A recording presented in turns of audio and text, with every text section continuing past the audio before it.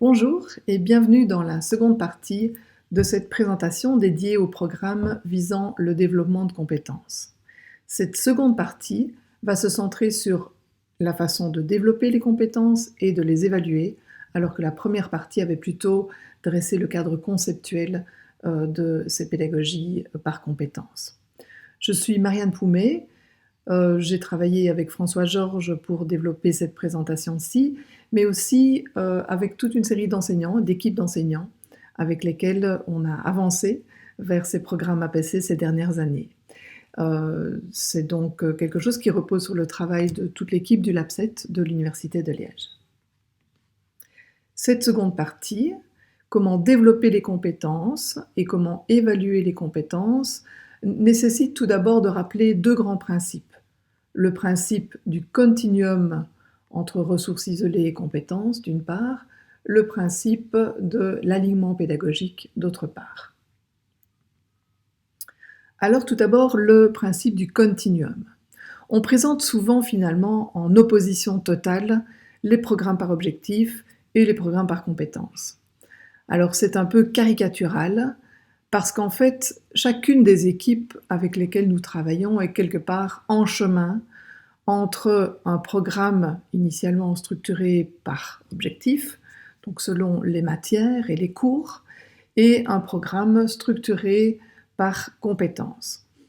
Si l'on voit les programmes par objectif, sur la gauche, eh bien, ils vont développer des ressources isolées, c'est-à-dire des connaissances, des compréhensions, de l'application, de l'analyse, de la synthèse, de l'évaluation, etc. Donc tous ces éléments sont bien présents, mais ils vont être travaillés indépendamment les uns des autres, dans des cours, en silo, et ils vont effectivement travailler des savoirs, des savoir-faire, des attitudes professionnelles, mais isolés les uns des autres.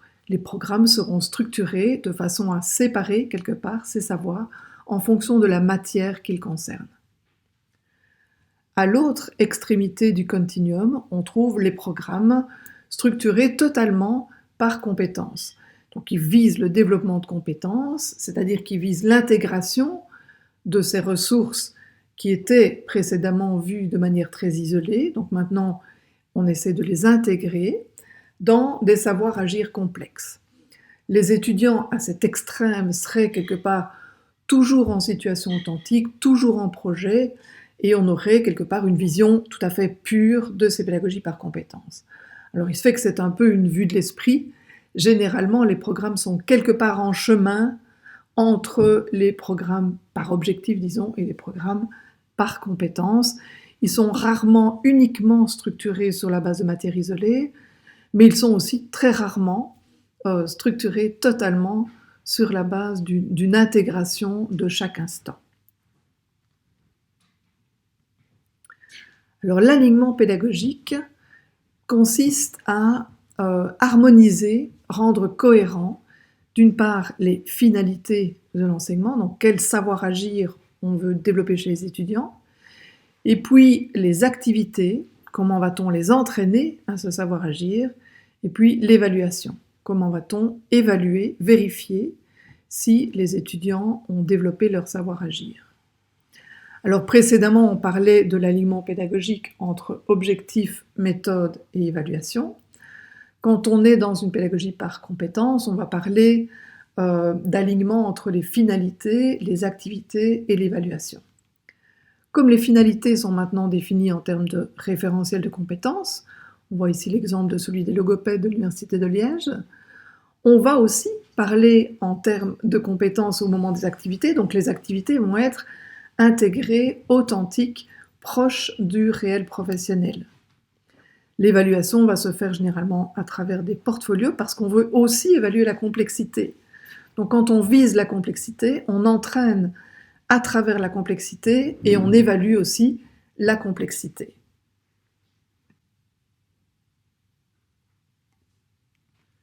Venons-en maintenant aux méthodes. Si l'on voit ces enfants qui jouent aux échecs, vous voyez qu'il y a les enfants sur la gauche, et sur la droite, vous voyez quelqu'un qui s'appelle Kasparov, que vous avez sans doute reconnu. Et si on se demande ce qui les distingue, Mais c'est en fait simplement le fait que Kasparov est un expert des échecs, alors que les enfants sont plutôt des débutants. Pas tellement débutants si on les amène à jouer avec Kasparov, mais en tout cas pas encore aussi experts que lui. Pourtant, ils sont tous en train de jouer aux échecs. Vous ne voyez pas les enfants, le nez dans le manuel d'explication du jeu d'échecs, à prendre le point 3, puis le 4, puis le 5. Non, on leur a tout de suite sans doute mis en main un jeu d'échecs, ils ont pris les pièces en main, ils ont commencé à déplacer les pièces, on a corrigé en cours de route, et ils ont appris en agissant dans un jeu qui est relativement complexe dès le départ. Alors pour développer ces compétences, il convient en effet d'être considéré dès le départ comme un expert en devenir. On ne va pas forcément apprendre tout de manière hyper structurée, procédurale, avec point A, puis point B, puis point C. On va découvrir certaines choses en étant plongé dans la complexité. On va devoir agir comme un professionnel dès le démarrage et développer petit à petit son expertise. Vous voyez en bas de l'écran l'échelle de Dreyfus et Dreyfus qui prévoit une gradation dans l'expertise avec un stade de débutant, compétent, efficient, expert. Donc une série de stades qui se déroulent et qui font en sorte que l'expertise augmente, mais elle augmente avec notamment la confrontation à ces situations complexes. En APC, on va considérer que le cœur de l'apprentissage va être l'activité authentique. Alors, qu'est-ce qu'on appelle une activité authentique ? Si l'on en croit Préjean et ses collègues, c'est une activité qui est réaliste, d'abord, qui simule le contexte d'une situation de travail complexe. Donc, l'étudiant va devoir prendre en compte simultanément de nombreux paramètres qui sont présents dans la complexité du travail réel, des règles éthiques, du comportement, etc. Et ils vont devoir accomplir une réalisation. Donc il ne s'agira pas simplement de dire, de parler de ce que l'on ferait, de ce que l'on pourrait faire, mais il s'agira vraiment d'être mis au pied du mur et d'avoir une démarche personnelle pour résoudre un problème. Préjean et ses collègues donnent une série d'exemples de situations authentiques. Vous voyez que ça va de la création d'une œuvre à des stages qui sont évidemment authentiques. On peut souligner quelques activités qui sont les plus fréquentes. On pratique beaucoup l'expérimentation, l'étude de cas, les présentations par les étudiants, mais ça peut être vraiment lors de colloques, lors de conférences, énormément de projets, bien sûr, dans l'enseignement supérieur, et de stages, qui peuvent être même des situations d'alternance où les étudiants vont parfois passer jusqu'à la moitié de leur temps dans une entreprise ou une association externe à l'école. Quelques exemples concrets. Ici, nous sommes chez des ingénieurs avec Benoît Jacquet qui plonge ses étudiants dans une simulation où ils vont devoir manipuler des catapultes géantes dans une grande salle de sport. Il les place en équipe. Les étudiants ont certaines contraintes, n'ont pas tous les mêmes munitions ni les mêmes contraintes à respecter. Et c'est une espèce de hackathon où ils ont un certain nombre d'heures pour être parvenus à modéliser quelque part certaines règles de balistique qui font évidemment l'objet de l'apprentissage de ce hackathon. Donc là, il s'agit vraiment d'une expérimentation avec essai et erreur. On en voit, on regarde le résultat, mais on se rend compte aussi que si on ne modélise pas, on n'aura pas assez de temps pour tester toutes les situations possibles et imaginables. Toujours dans un milieu plus scolaire, on est ici à l'université de Namur, dans un cours de physique. Les étudiants doivent par groupe développer une fusée ou développer un moteur, ça dépend des années. Ils sont vraiment placés face à la réalité, ils ont du matériel à disposition, mais pas forcément du matériel toujours professionnel. Ils doivent aussi se débrouiller avec des moyens, les moyens du bord. Et on remarque que donc là, les enseignants se sont tracassés de savoir quelle était l'impression, le sentiment des étudiants après ces exercices, donc ces travaux pratiques qui sont en fait des mini-projets. Et puis, s'ils avaient aussi le sentiment, non seulement de s'être bien amusés, mais aussi d'avoir appris les notions de physique. On voit que non seulement ils ont l'impression de s'être bien amusés, mais aussi ils ont réellement le sentiment d'avoir appris avec des valeurs qui vont de 68% à plus de 90% en fonction des années. Un autre exemple, toujours en école, si on peut dire, ici c'est même virtuel, il s'agit de résoudre des cas concrets. On est à l'Université de Liège avec Philippe Lepoivre, qui propose à ses étudiants des cas qui simulent vraiment le travail de l'expert, du consultant, qui est appelé sur le terrain pour voir quelle est la maladie que présente ici le piment rouge de Tunisie, par exemple. Et l'étudiant, face à ce cas, peut aller voir sur le terrain, ce sont des photos évidemment, il peut aller questionner l'agriculteur, il peut aller au laboratoire, voir les racines ou les feuilles, les tiges de la plante, il peut aller à la bibliothèque, consulter des ouvrages pour voir quelles sont les maladies du piment rouge qui auraient été rapportées dans des articles scientifiques les années précédentes dans les pays voisins. Il peut aller aussi au microscope consulter des plaques microscopiques de différentes parties de la plante. Et il peut enfin avoir accès à un forum pour poser ses questions. Il y a comme ça toute une série de cas qui sont stockés dans une base de données importante et qui lui permettent de s'entraîner à résoudre des cas et de poser évidemment ses questions comme si il était un consultant sur le terrain. Alors là, dans les 3 exemples qui viennent d'être présentés, l'étudiant est quand même en situation un peu protégée, disons. Il n'est pas en situation totalement authentique, mais on s'en approche. Dans les exemples qui suivent, l'étudiant est réellement sur le terrain. Par exemple ici, en mise en projet, les étudiants de Patricia Gardier, à l'Université de Liège ici, en architecture, doivent concevoir un logement collectif pour de l'habitat groupé qui va réellement constituer les maquettes proposées à un commanditaire et qui vont donc être utilisées au niveau de la ville de Liège. Autre exemple, nous sommes ici dans un cours dans lequel les étudiants doivent réellement concevoir des lois, des projets de loi en tout cas, avec le Parlement d'une part, le gouvernement d'autre part, donc il y a des simulations, mais les étudiants développent vraiment des projets de loi. Il faut savoir que certains de ces projets ont été adoptés par le Parlement, tellement l'exercice est fait tout à fait sérieusement, en toute authenticité, si on peut dire, pour que la motivation des étudiants soit présente, mais aussi que la complexité du réel les aide à apprendre. C'est le cas aussi dans ces projets de diagnostic territorial où les étudiants de l'UPE doivent simuler le travail d'un bureau d'experts et répondre à une commande de la mairie de Paris.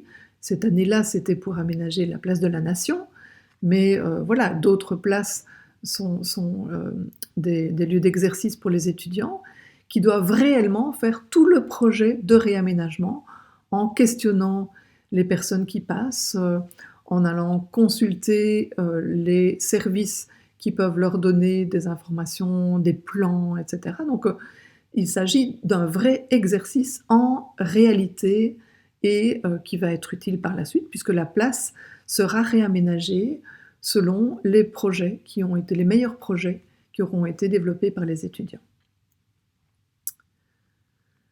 Alors pourquoi recourir à des tâches authentiques alors qu'on sait que c'est effectivement un peu difficile à organiser, il faut trouver des projets, souvent des partenariats, souvent les enseignants doivent donc sortir de l'université, sortir de l'école pour conclure des accords avec des personnes qui ont besoin éventuellement de l'aide des étudiants pour réaliser quelque chose de nouveau, de différent. Donc ça demande pas mal de temps, ça demande beaucoup de formalisation, ça demande une clarté énorme dans les consignes, on verra ça un peu plus tard. Mais donc, si on fait tous ces efforts, en pédagogie visant le développement de compétences, c'est parce qu'on pense que ça a un réel intérêt de fonctionner de la sorte. Alors pourquoi ? Si l'on en croit John Mueller, et vous pouvez aller visiter son site qui est assez bien fait, mais tout d'abord parce que ces tâches authentiques renseignent directement sur le développement des compétences. Quand on voit l'étudiant en situation authentique, on le voit en fait en train de mettre en œuvre la compétence. Et ça a beaucoup d'intérêt. Non seulement on peut lui donner du feedback formatif, on peut mettre le doigt sur ce qui ne va pas, on peut aussi voir peut-être les ressources qui ne mobilisent pas, et penser alors le suivi de la formation avec du retour vers ces ressources-là, qui peuvent être des savoirs, mais qui peuvent être des attitudes, qui peuvent être un besoin de procédures qui ne sont pas suffisamment bien entraînées. Donc, être renseigné directement sur le développement des compétences des étudiants est quand même quelque chose de vraiment très intéressant. Ensuite, ces tâches authentiques permettent aux étudiants de construire des connaissances qui sont réellement pérennes. Et pourquoi ? Mais parce qu'elles sont le fruit des expériences que l'étudiant lui-même se construit.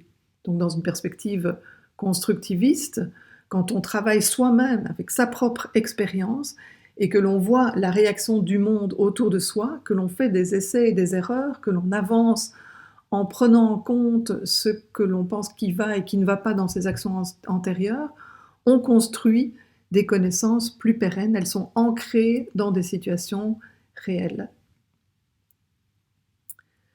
Alors ces tâches intègrent aussi l'apprentissage et l'évaluation. Elles servent en même temps comme support à l'apprentissage et comme support à l'évaluation. On le verra plus tard, dans les portfolios, les étudiants explicitent en fait la façon dont ils agissent avec qualité dans le milieu réel. Et enfin, ces tâches authentiques offrent des choix en matière d'évaluation, ce qui est intéressant parce que chaque étudiant est différent, chaque personne est différente, et donc permettre de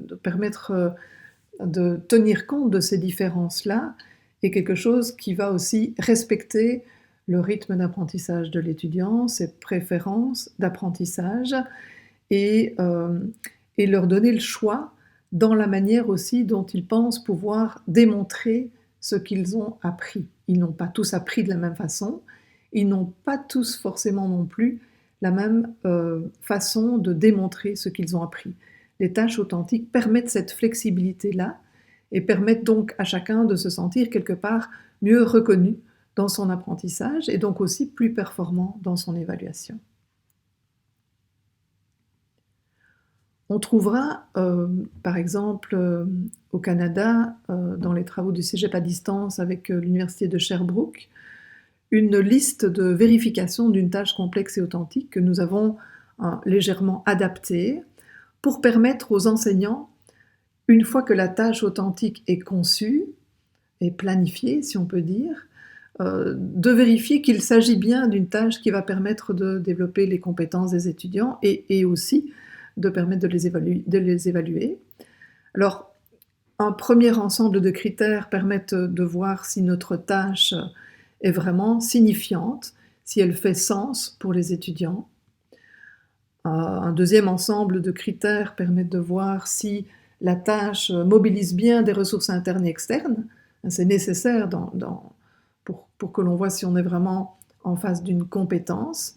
Elle doit amener l'étudiant à mobiliser ces différentes ressources et à les combiner à l'intérieur de la tâche. On se demande aussi si la tâche permet de réaliser une performance ou une réelle production, donc pas seulement dire ou raconter, mais vraiment être une réelle performance de la part de l'étudiant. Une série de critères nous en assure. Et puis enfin, si la tâche est accompagnée d'une grille d'évaluation, et ça c'est vraiment très important évidemment, qui va être utilisée par l'enseignant, le tuteur, l'étudiant, et voilà. Donc une série de critères là aussi. Donc vous voyez que quand on développe une tâche, il faut encore s'assurer qu'elle va permettre de développer les compétences de l'étudiant, et puis qu'elle va lui permettre aussi de nous démontrer que la compétence a été développée. Alors, comment est-ce qu'on va se rendre compte que la compétence a été développée? Bien, généralement, ce sera au travers d'un portfolio. Le portfolio sera sous forme papier ou sous forme électronique, peu importe, même si, en fait, si l'on regarde un peu plus finement, il y a sans doute des avantages à l'une et l'autre des formules. La recherche est en train de nous en apprendre plus à ce sujet-là, mais ce n'est pas l'objet de la présentation d'aujourd'hui. Au niveau électronique, on a des outils comme Mahara, Moodle qui intègre son portfolio également, et du portfolio ou Karuta. Les outils ont tous finalement des fonctionnalités différentes, mais l'important par-delà ces fonctionnalités est surtout la consigne que l'on va donner aux étudiants et le soutien qu'on va leur apporter pour qu'ils puissent au mieux développer leurs compétences et en rendre compte dans un portfolio. On définira le portfolio comme un échantillon de traces, des travaux, des réflexions, que l'étudiant va alors tout d'abord collectionner dans un premier temps, mais bien vite on lui apprendra à abandonner le foisonnement d'une collection où il va ramasser tout ce qu'il trouve, si on peut dire, pour aller vraiment vers une sélection des meilleures traces et une organisation de ces traces-là sur une période plus ou moins longue de formation. Bon, c'est évident qu'on ne va pas faire un portfolio pour un apprentissage qui porte sur des connaissances et qui va durer 4 heures. On est plutôt sur plusieurs mois, voire plusieurs années de formation pour le développement d'une compétence. Et cet échantillon de traces va rendre compte de l'apprentissage des étudiants et de leur développement de leurs compétences. Nous nous centrerons sur les portfolios d'apprentissage et d'évaluation, même s'il existe d'autres formes de portfolios comme les portfolios histoire de vie, les portfolios présentation à l'employeur. Ici, vraiment, l'objectif est d'avoir un portfolio qui permette de tracer ce que l'étudiant apprend et puis d'évaluer ce que l'étudiant a développé comme compétence et d'estimer le niveau de compétence de l'étudiant pour chacune des compétences qu'il a travaillées. On va donc demander à l'étudiant de rassembler dans son portfolio des preuves de sa compétence. Et les preuves, ce seront des faisceaux de traces commentées. On voit tout de suite qu'il ne s'agit pas de démontrer sa compétence en 5 lignes, mais qu'on va avoir une série de traces, c'est-à-dire de marques laissées par l'action de l'étudiant. Une trace, ça peut être une photo, un film, un témoignage, un travail aussi qu'on a remis, un rapport de projet, ça peut être une carte conceptuelle qui a été réalisée, ça peut être une série de photos qui forment un booklet. Enfin, ça, les traces, en tout cas, sont les marques laissées par l'action. À travers les traces, on doit donc voir l'action. Ce ne sont pas des explicitations, ce sont vraiment des traces d'action. Mais les traces ne sont pas suffisantes. Il faut qu'elles soient absolument commentées. Les commentaires vont expliquer, interpréter les traces et ils vont aussi nous dire en quoi ces traces démontrent le développement d'une compétence. On va le voir dans les exemples. La trace seule ne dit rien. Il faut déjà que la trace soit rapportée à une compétence, qu'on dise ça c'est une trace de telle compétence, et qu'on explique en quoi c'est une trace de la compétence. Alors quand l'étudiant aura rassemblé et sélectionné plusieurs traces, les meilleures traces en fait de quelques-unes de ces actions et qu'il les aura commentées, il se peut que cela constitue une preuve matérielle, convaincante et assez incontestable du fait qu'il a développé une compétence. Encore faudra-t-il que plusieurs personnes se posent la question de savoir si effectivement la preuve est convaincante. Et donc en général, le portfolio de l'étudiant sera examiné par un jury de plusieurs enseignants. Bon, nous, généralement, on fonctionne avec 3 enseignants. 3 enseignants issus de mondes un peu différents. Peut-être un enseignant qui a travaillé des ressources plus isolées avec les étudiants, un autre enseignant qui était responsable d'une activité authentique particulièrement importante dans sa formation, et peut-être un tuteur ou quelqu'un qui l'a suivi dans un stage de grande ampleur sur le terrain. Mettons, voilà, par exemple, 3 personnes qui vont être le jury de cet étudiant et qui vont l'écouter oralement, défendre son portfolio, qui vont lui poser des questions sur les décisions majeures qu'il a prises, par exemple, et sur la façon dont il s'y est pris pour développer ses compétences. L'étudiant convaincra son jury de l'authenticité de ses actions, bien sûr, mais aussi de la mobilisation des ressources qui étaient attendues et de leur combinaison de ces ressources-là dans le développement de ses compétences. On va voir une série de traces maintenant qui ne sont en fait que des traces, mais qui, si elles sont en faisceau, vont contribuer à asseoir la certitude que l'étudiant a développé la compétence. Ici, nous sommes chez des étudiants pharmaciens d'officine. L'étudiant au centre de la feuille que vous voyez ici, il a collé une ordonnance. Mais en fait, l'ordonnance en elle-même, qui est une trace d'une action, ne constitue une preuve que s'il y a un commentaire de l'étudiant qui explique en quoi cette trace va contribuer à démontrer sa compétence. Donc ici, l'étudiant a eu à gérer une situation problème, si on peut dire, et d'ailleurs il nous dit que c'est une trace de sa compétence résolution de problèmes et sens des responsabilités qui figure dans le référentiel de compétences de ses étudiants en pharmacie à l'Université de Liège.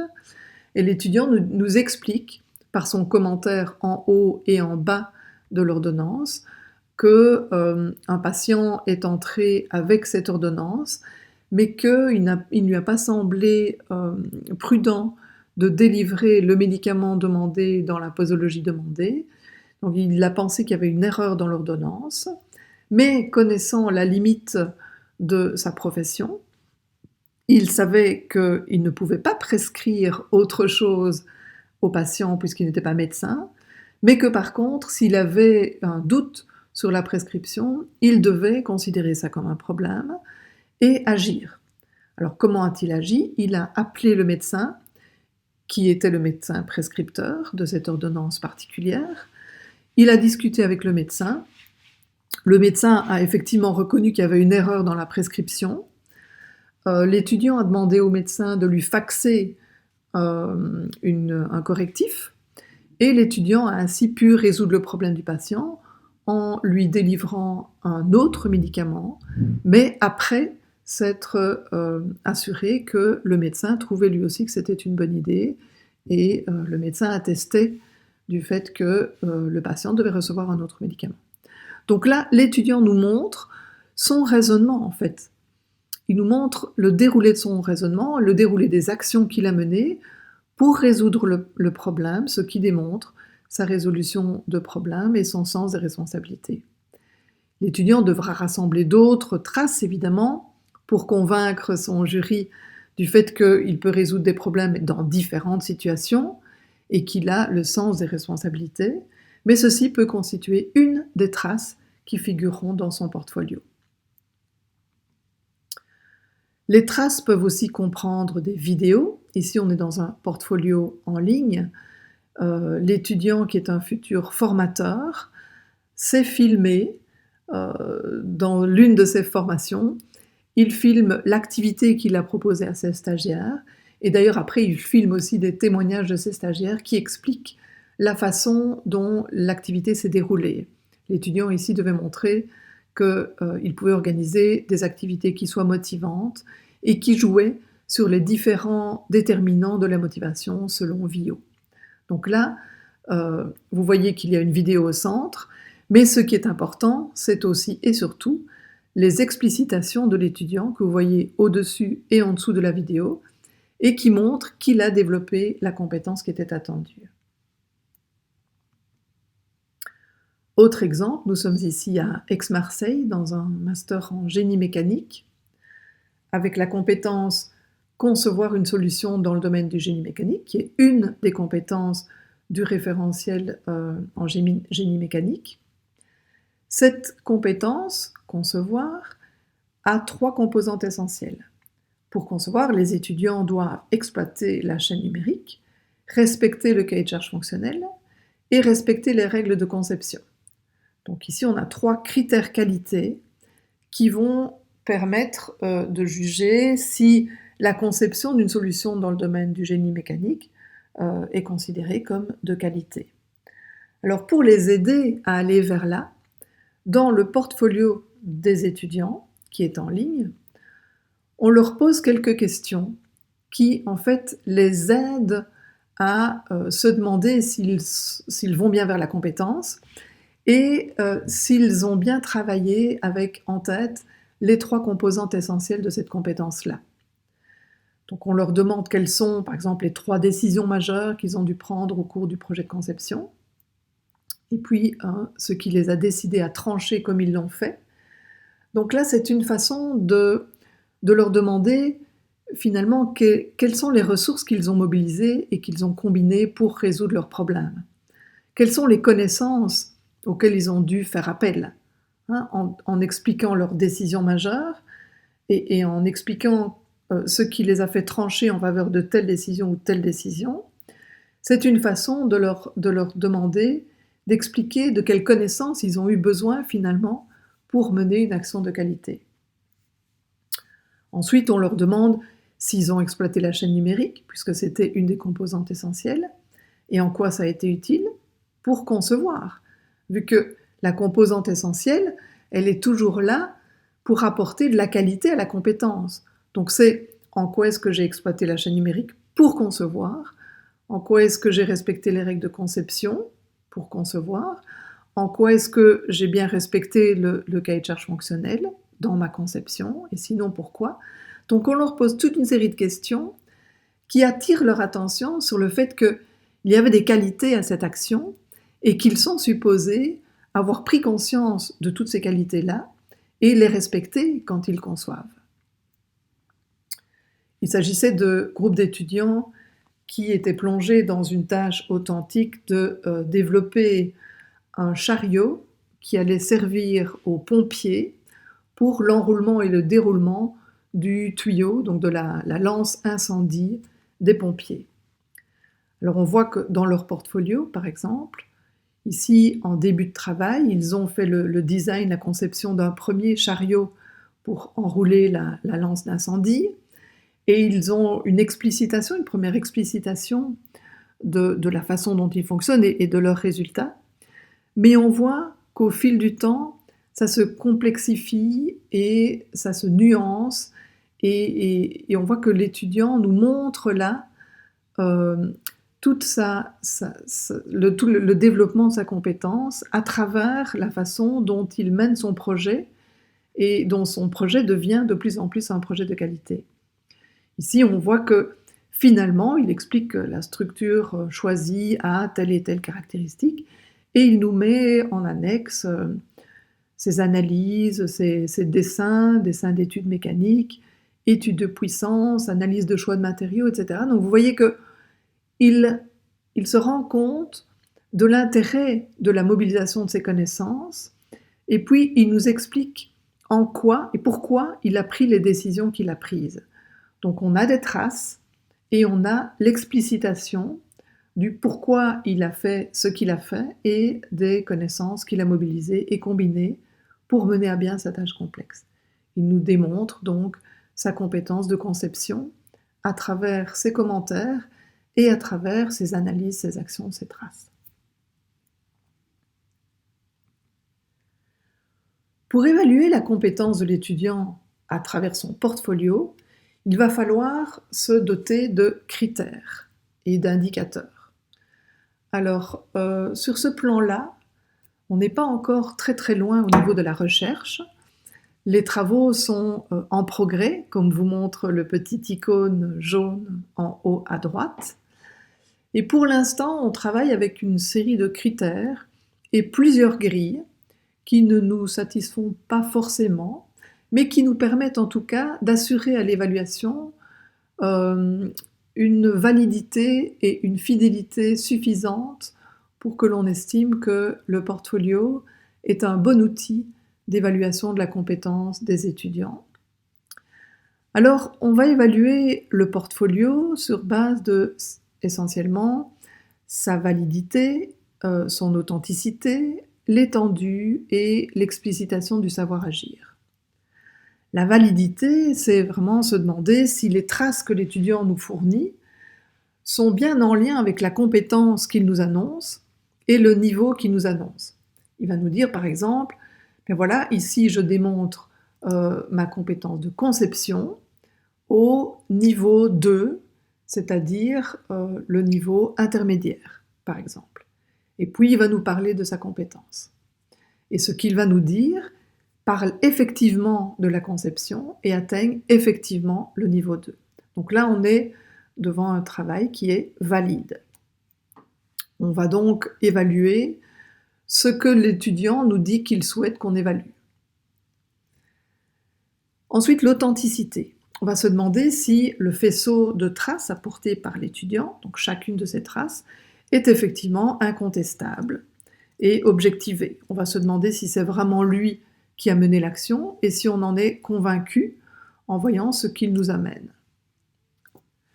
On va ensuite se demander si l'étendue est suffisante, donc si l'étudiant a pu nous démontrer sa compétence dans plusieurs situations, et donc s'il n'a pas, quelque part, agi avec compétence, mais un peu par hasard, une fois comme ça, parce qu'il a eu de la chance.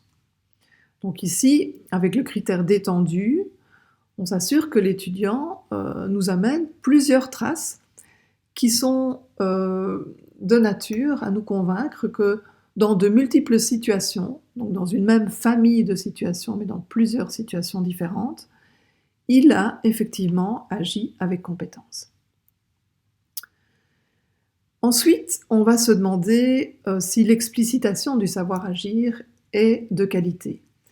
Et cela peut recouvrir différents éléments. Alors on en isole quelques-uns ici, par exemple. Donc on se demande si son explicitation est pertinente, est claire et est fondée.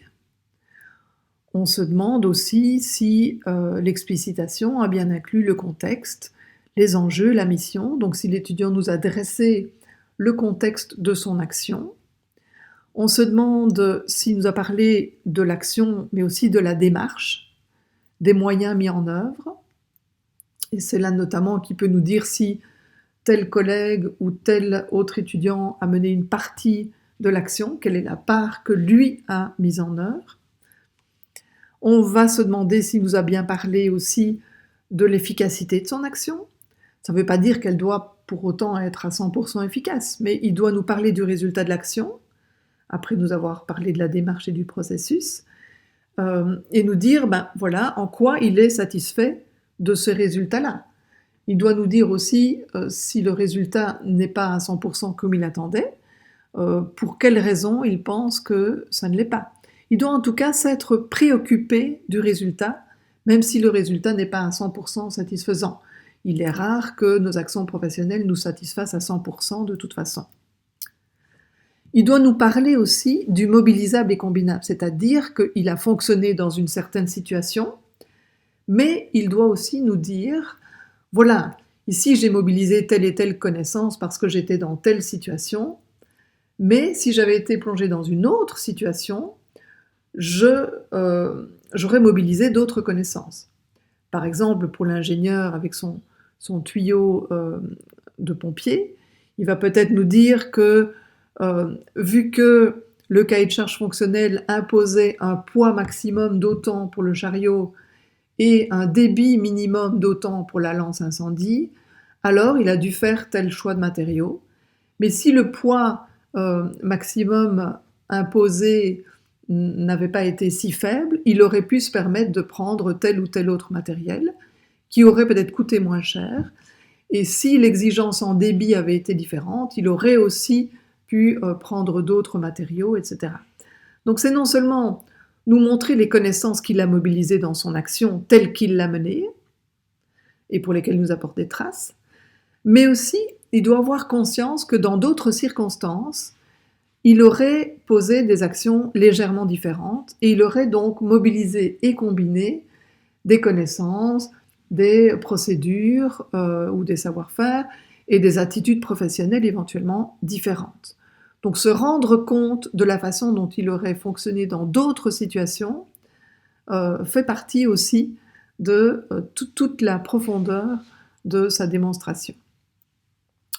Il doit nous parler aussi de la régulation qu'il envisage, donc avoir un œil critique sur son action et pouvoir analyser ce qu'il ferait de différent dans une autre situation, dire honnêtement ce qu'il a corrigé en cours de route, dire ce que peut-être il devrait encore apprendre pour être encore plus efficace dans les situations qu'il rencontrera à l'avenir, etc. Enfin, il doit évidemment, mais ça paraît vraiment évident puisqu'elles sont essentielles, il doit évidemment répondre à toutes les composantes essentielles.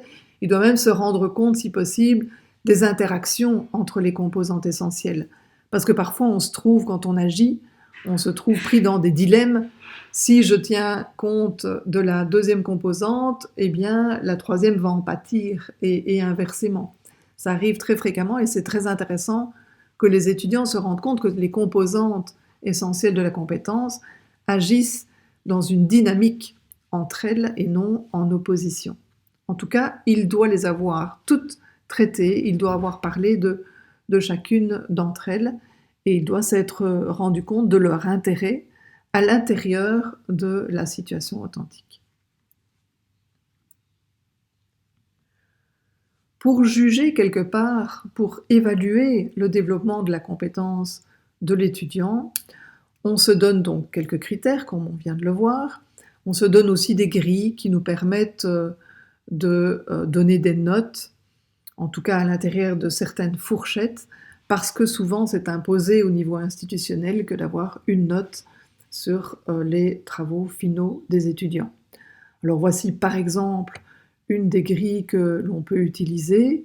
Ici, on a à gauche une compétence non validée, et puis on a sur la droite 3 niveaux, si on peut dire, le niveau d'une démonstration satisfaisante, puis d'une bonne démonstration, puis d'une excellente démonstration.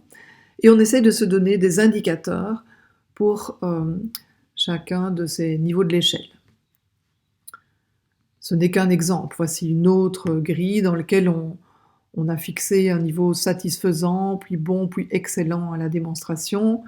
Et on essaye d'indiquer à l'étudiant ce qu'il faut comme qualité à son portfolio ou à l'explicitation de ses apprentissages à travers le projet pour qu'on considère que sa démonstration est satisfaisante ou est bonne ou est excellente. En tout cas, un projet finalisé n'est pas suffisant à ce que la démonstration de compétence et donc la note attribuée à la compétence soit satisfaisante. Avoir fait un bon projet n'est pas suffisant, il faut encore pouvoir faire le lien entre son projet et sa compétence. Pour avoir un excellent portfolio, il faut avoir travaillé chacun des critères que l'on a vus deux dias précédemment, donc avoir explicité chacune des composantes avec son contexte, avec les connaissances qui ont été mobilisées pour résoudre les problèmes, et en toute conscience aussi des résultats de son action et de ce que l'on pourrait faire différemment pour s'améliorer. La capacité à parler de son adaptation à différentes situations, mais aussi son adaptation en cas de problèmes qui arrivent pendant la situation, sont vraiment des éléments cruciaux qui montrent toute l'étendue de la compétence de l'étudiant et sa capacité à faire face aux changements dans les situations complexes. Voici une autre grille que l'on utilise aussi, où on voit là quelque part 3 blocs. Le premier bloc, le bloc bleu, concerne l'apprentissage de l'étudiant, et on se demande si les apprentissages critiques ont été réalisés. Le bloc du centre, qui est le bloc gris, se préoccupe de chacune des composantes essentielles de la compétence et de la compétence elle-même. Donc, est-ce que toutes les composantes ont bien été travaillées par l'étudiant et justifiées par l'étudiant? Puis le bloc de droite concerne la manière dont l'étudiant a démontré sa compétence, avec quelle excellence est-ce qu'il a démontré sa compétence. Évidemment, il est impossible de démontrer une compétence si l'on n'a pas agi sur le terrain. Les cases rouges sont assez intéressantes parce qu'elles se demandent si l'étudiant a identifié les limites de son apprentissage, les limites de son action sur le terrain et les limites aussi de sa démonstration de compétences. Mais tout ceci sont des grilles qu'on utilise pour l'instant et qui vont certainement continuer à évoluer avec le temps. L'important, c'est de travailler ces outils-là avec les enseignants et de faire en sorte qu'ils se les approprient. Par exemple, il est important, quand les étudiants ont rentré un premier portfolio à blanc, par exemple, donc un portfolio qui ne va pas compter dans la note finale de l'étudiant, mais qui est un portfolio destiné à apprendre, à poursuivre son apprentissage et voir encore mieux comment on peut mieux agir, comment on peut mieux apprendre et comment on peut mieux démontrer sa compétence. Donc les étudiants font un premier portfolio à blanc, à l'intérieur évidemment il faut pour ça qu'ils soient plongés en situation authentique.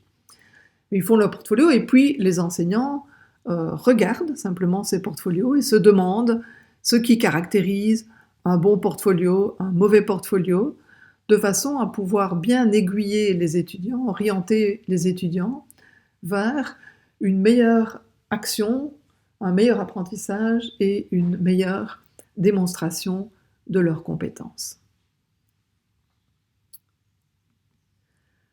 Pour que les étudiants apprennent, agissent efficacement et démontrent leurs compétences, il faut évidemment les accompagner. On conseille un suivi formatif de l'étudiant tout au long de l'année, avec des consignes précises. Quelles sont les productions attendues? Pourquoi est-ce qu'on attend ces productions-là? Quel est le sens que ça va avoir pour eux de le faire? Quelles sont les échéances? Qu'est-ce qu'ils pourront avoir comme soutien? Quelles sont les personnes qui sont autour d'eux pour les aider à chacune des étapes? Quels sont les critères d'évaluation? Bien sûr, tout ça doit être explicité et éventuellement, même pour certaines choses, discuter avec eux. Ils doivent aussi pouvoir consulter des exemples, pas forcément des modèles, ce ne sont pas des modèles, ce ne sont d'ailleurs surtout pas des modèles, mais des exemples de travaux réalisés par les étudiants les années antérieures pour un peu démystifier cette histoire de portfolio et leur montrer ce qui est attendu de leur part au fil de l'année et puis en fin d'année. Évidemment, tout cela prend du temps et il va falloir formaliser les moments où cela se fait. Une des modalités possibles, c'est ce que nous on appelle des séminaires compétences ou des séminaires traces, des séminaires développement de compétences. C'est en tout cas une série d'activités qui doivent être planifiées dans le temps de formation et donc faire partie de la maquette ou du plan, du programme, trouver place dans la semaine et se voir attribuer des heures pendant lesquelles on travaille ces éléments-là, ce suivi de l'étudiant et ces réflexions sur ce que c'est que de faire un portfolio, d'apprendre à travers l'action de faire un portfolio et ce que c'est que de démontrer sa compétence. Les séminaires ont lieu tout au fil de l'année. On va vous montrer à travers une petite vidéo ce à quoi ça peut ressembler.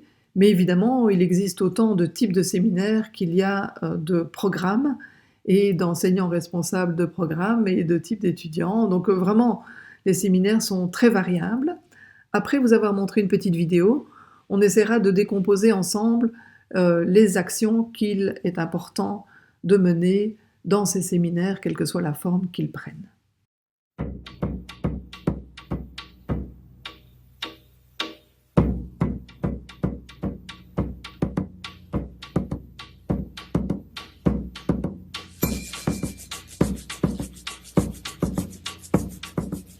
Enfin, ce n'est pas non plus tous les jours qu'on leur propose un cadre comme celui-ci, avec un environnement qui les déconnecte complètement d'un univers de classe.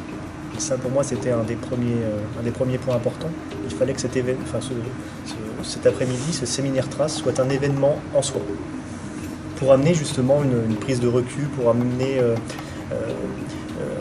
des réflexions, pour amener ce genre de choses.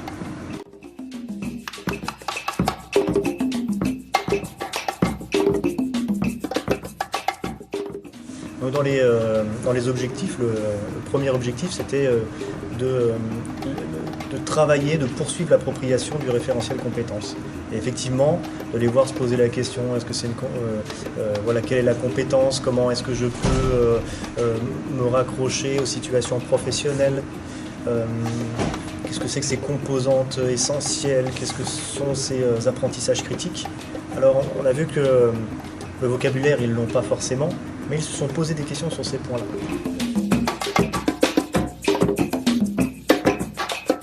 Ensuite, il y avait tout un aspect de travailler sur les critères qualité des traces. Ce qui était intéressant, c'est qu'on est parti sur des questions ouvertes sans trop leur mâcher le travail. Donc on voit que finalement, ils sont partis très très loin. Donc je pense qu'il était vraiment fondamental d'arriver à recadrer à la fin des échanges pour arriver justement à faire ressortir les points essentiels. Alors après, il y avait effectivement une troisième activité dans laquelle on leur refaisait rejouer, enfin toutes les activités d'ajustement sur lesquelles on leur refaisait jouer l'échange avec les pairs au regard de ce qui s'était passé et ce qui s'était joué dans l'après-midi. J'en profite pour remercier Benoît Jacquet qui nous permet de mentionner ces exemples bien intéressants. Alors en tout cas, dans les activités que l'on réalise avec les étudiants pendant ces séminaires, il y a souvent des moments où on se demande ce que c'est qu'une preuve de compétence. Comment on va pouvoir démontrer sa compétence? Qu'est-ce qu'on va pouvoir amener comme trace de sa compétence? Donc on réfléchit sur ces traces, sur ces preuves, compétence par compétence, et les étudiants sont très actifs dans ces réflexions-là. Ils produisent par exemple en groupe des exemples, des anticipations, si on peut dire. Ils se disent, tiens, comment est-ce que je vais pouvoir démontrer que j'agis en professionnel responsable? Un autre groupe travaille sur comment on pourrait démontrer qu'on manage des équipes. Un troisième groupe sur la façon dont on pourrait démontrer que l'on pilote un procédé ou un système en tant qu'ingénieur, etc. Donc ils travaillent sur des anticipations de traces et des anticipations de démonstrations. Ensuite, les groupes se présentent ce qu'ils ont trouvé les uns et les autres, de façon à ce que chacun ait des idées pour chacune des compétences, même s'il n'a travaillé que sur l'une de ces compétences-là. À ce moment-là, les enseignants interviennent, les remettent parfois sur la voie, mentionnent le fait qu'il ne faut pas oublier de mentionner les ressources qu'on mobilise et qu'on combine. Donc il faut parler des modèles qui nous permettent d'analyser de cette façon-là, des modèles qui nous permettent d'agir de cette façon-là. Il ne faut pas parler que de ces actions, mais il faut parler des compétences que l'on démontre à travers ces actions. Dans ces séminaires, on prévoit souvent un travail aussi en binôme. Alors, il faut pour ça que les étudiants aient déjà rassemblé de premières traces et qu'ils puissent parler de l'une de leurs compétences.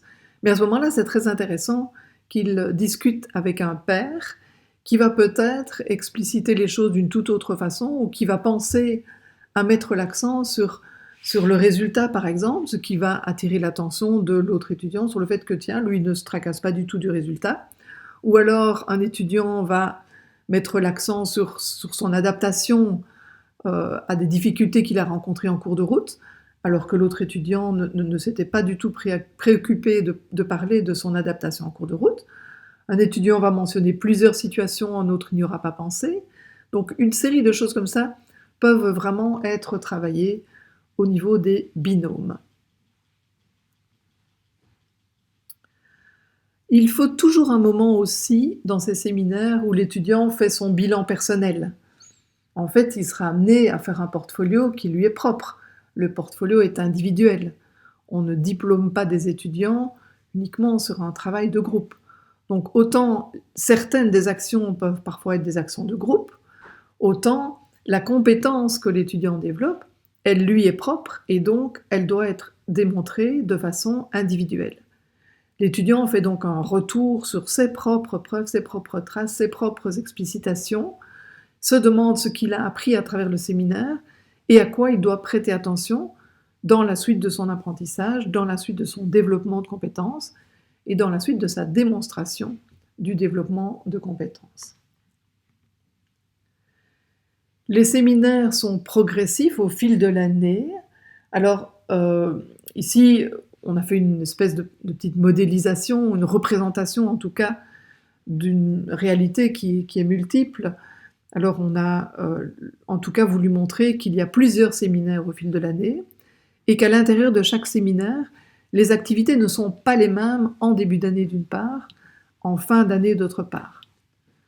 En début d'année, on va avoir des séminaires qui vont être plutôt axés sur le fait que l'étudiant comprend bien le métier ou le type de responsabilité sociétale vers lequel il se dirige avec ces études-là qu'il a choisies.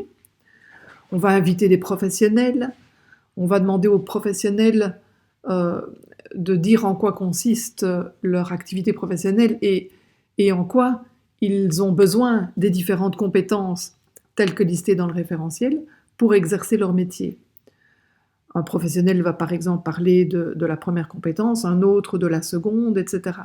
Ils vont se plonger aussi souvent dans la peau de l'étudiant qui doit démontrer une compétence. Ils vont dire « Ah mais moi, en tant que professionnel, si je devais démontrer la compétence 2, par exemple, ben voilà ce que je pourrais apporter, comment je pourrais l'expliquer, etc. » Eux étant dans des activités authentiques, sur le terrain à 100% de leur temps, c'est assez facile pour eux de se projeter dans la démonstration d'une compétence et ça donne non seulement des tas d'idées aux étudiants sur comment faire, mais aussi ça donne du sens aux études que les étudiants entreprennent. Donc en début d'année, les interventions de professionnels sont assez fréquentes pour que le référentiel soit bien assis, bien compris, illustré, que ça fasse sens pour les étudiants, mais également qu'ils puissent se projeter dans ces moments où ils vont devoir eux aussi démontrer leurs compétences.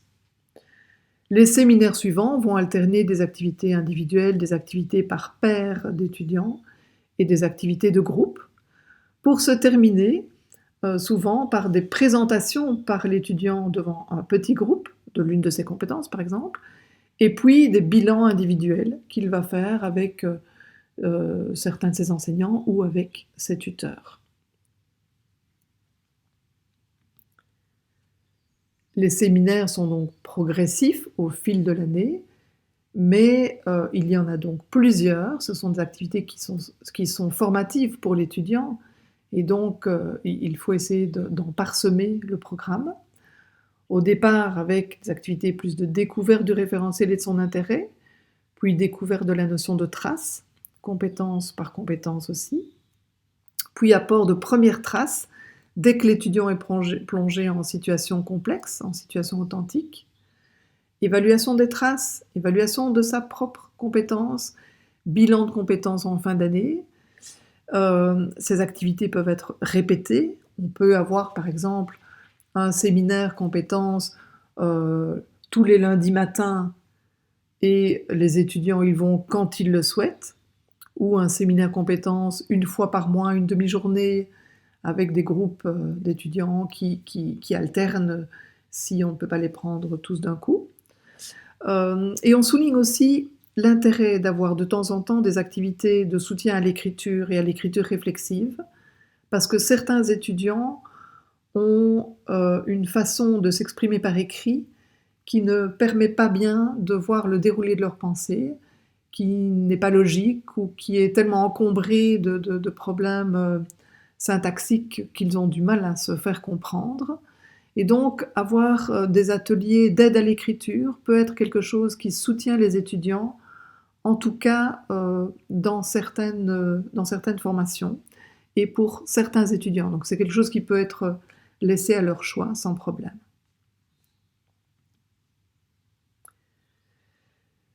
Nous avons prévu certains témoignages qui vont permettre de se rendre compte aussi de ce que les étudiants pensent de ces activités traces ou ces activités séminaires compétences. Ils perçoivent souvent l'intérêt, par exemple, des échanges en duo. Et c'est intéressant aussi de voir que les enseignants ont une réflexion par rapport à ces séminaires. Et si on revient chez Benoît Jacquet, par exemple, dont vous avez vu l'introduction au premier séminaire que les étudiants ingénieurs ont vécu, vous verrez que l'enseignant lui-même se remet en question et se rend compte qu'il apprend lui aussi en marchant. Soi-même aussi de se remettre un peu en question, savoir ce que les autres pensent, d'avoir des avis extérieurs. Non, mais la séance en général, j'ai trouvé ça super intéressant parce que ça nous faisait nous poser des questions, avoir d'autres points de vue et c'était vraiment un échange quoi. Pendant 3 heures, c'était un échange. Là où j'ai bien aimé, c'était les duos, on devait se convaincre. Parce qu'en fin de compte, au discours qu'on avait et comment on le prononçait, on pouvait voir tout de suite. En plus, il n'y avait pas de pression, je l'ai mis dans la petite feuille. Vu que c'est un collègue, il n'y a pas forcément de pression où on parle entre amis, entre guillemets. Et donc, du coup, on peut se lâcher et dire les choses telles qu'on les a en tête. Et donc, il n'y a aucun filtre à avoir. Et donc, on sait déjà si c'est clair pour nous. On voit, en fait, on sent si c'est clair pour nous. Parce que si c'est clair pour nous et qu'on l'explique comme on le ressent, la personne en face, ça va être clair pour elle, elle va le comprendre et elle va être convaincue. Alors que si on lui explique et c'est pas clair pour nous, c'est-à-dire que c'est pas clair pour nous et qu'on n'a pas encore mis le doigt sur vraiment la compétence et sa preuve. Et donc j'ai trouvé ça que c'était vraiment une des choses les plus pas concrètes parce que tout était concret, mais une des choses qui m'a vraiment frappé. Ça m'a vraiment parce que j'ai exposé 3 arguments par exemple. Il y en a 2, il m'a dit ok, pas de souci. Et le 3e, il m'a posé 1 ou 2 questions. C'était moins clair. Et je me suis dit, là, il faut que je trouve une preuve en plus ou une autre manière d'aborder la chose pour que ce soit clair et qu'il n'y ait pas de remise en question à avoir. J'ai cette compétence et je la confirme. Je pense on s'est entraidé, quoi. On s'est un peu tiré vers le haut, à mon avis. Ça m'a aidé pour cette partie-là. C'était plus dans le fait d'écouter quelqu'un expliquer sa preuve. Parce que moi, ça me montre une autre manière de l'apporter. J'avais réfléchi sur la mienne, sur ma manière de voir les choses et de l'amener. Et sauf que là, le fait de la voir d'une manière complètement différente, eh bien, on voit qu'il y a d'autres possibilités et que c'est peut-être mieux dans ce sens-là, que c'est plus compréhensible et plus facile d'approche.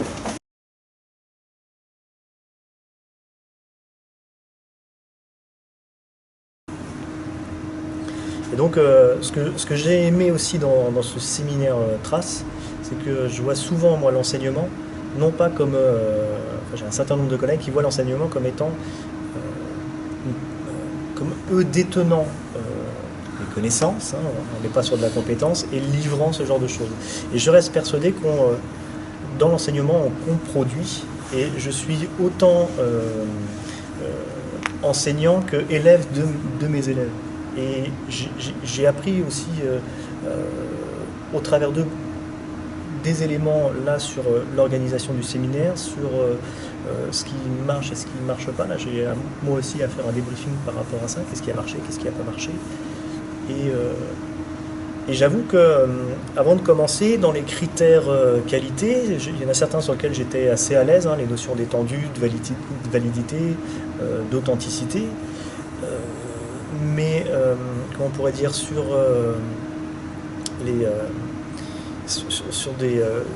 j'en avais des notions. Par contre, je ne les avais pas travaillées en profondeur. Et en écoutant les choses et en échangeant avec eux, j'ai moi aussi travaillé en profondeur ces différents critères qualité. Donc c'est ce que je remarque plus globalement autour de cette démarche portfolio, c'est qu'en travaillant avec eux sur le portfolio, je comprends de plus en plus ce que c'est que le portfolio, les notions de traces, de preuves, sur les notions aussi ces notions de critères qualité. Voilà, je chemine aussi et les choses deviennent de plus en plus claires pour moi. Alors en final, j'attire votre attention sur quelques points qui méritent vraiment d'être réfléchis quand on se lance dans le développement d'activités qui visent le développement de compétences. Tout d'abord, je reviens sur ce nécessaire alignement qu'on a vu en début de présentation entre le référentiel de compétences, les activités qui vont être là pour développer ces compétences et le portfolio qui va permettre d'évaluer le développement de ces compétences-là. C'est évident que ce n'est pas à travers un QCM que l'on va parvenir à évaluer le développement d'une compétence, au final. Ça ne veut pas dire que les QCM ne sont pas intéressants, ils vont pouvoir renseigner au fil de l'année l'étudiant sur sa maîtrise de certains concepts, de certaines connaissances, etc. Donc ils existent toujours, puisque les connaissances existent toujours, la compréhension est toujours nécessaire, l'application est toujours nécessaire, donc des outils d'évaluation des performances isolées peuvent être déployés et doivent être déployés au fil de l'année pour renseigner l'étudiant sur ses progrès dans ce domaine aussi. Mais la note finale de l'étudiant doit porter sur sa compétence, puisque c'est la compétence qui a été annoncée comme étant quelque part la colonne vertébrale de cette formation d'un nouveau type. Les activités d'apprentissage authentiques sont là pour travailler cette complexité qui a été annoncée et qui sera in fine évaluée. Les activités authentiques prennent donc toute leur importance. S'il n'y a pas d'activité authentique, l'étudiant ne pourra ni développer sa compétence, ni la démontrer dans un portfolio.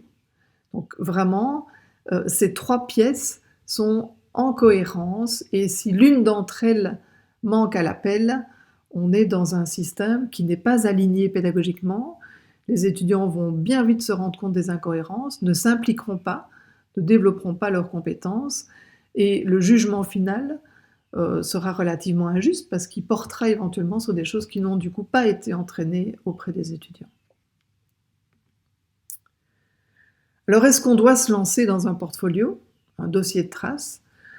Bien, je dirais oui, mais uniquement à certaines conditions. Il faut absolument que ce portfolio soit strictement lié au référentiel de compétences du programme qui a été annoncé aux étudiants. Donc, dans le portfolio, on doit voir cette structure. Je démontre la première compétence, je démontre la seconde, je démontre la troisième, etc. C'est bien un portfolio de démonstration de chacune des compétences qui ont été annoncées. Il faut aussi que les étudiants aient eu des occasions d'action, donc aient été plongés dans ces fameuses activités authentiques. S'il n'y a pas d'action, il est impossible de démontrer sa compétence.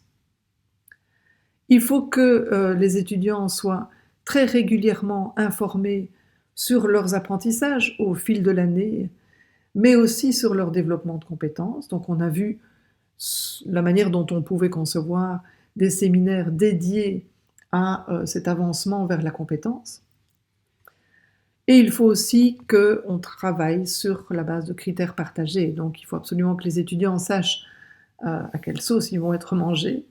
Et non seulement parce que, par honnêteté, et puis pour les rassurer, mais aussi parce que tout simplement, en connaissant les critères, ils pourront plus facilement se rapprocher de ces critères-là et dialoguer avec les étudiants qui sont leurs pairs, mais dialoguer aussi avec les enseignants et avec les tuteurs quand ils remarquent qu'ils ne progressent pas adéquatement vers la compétence.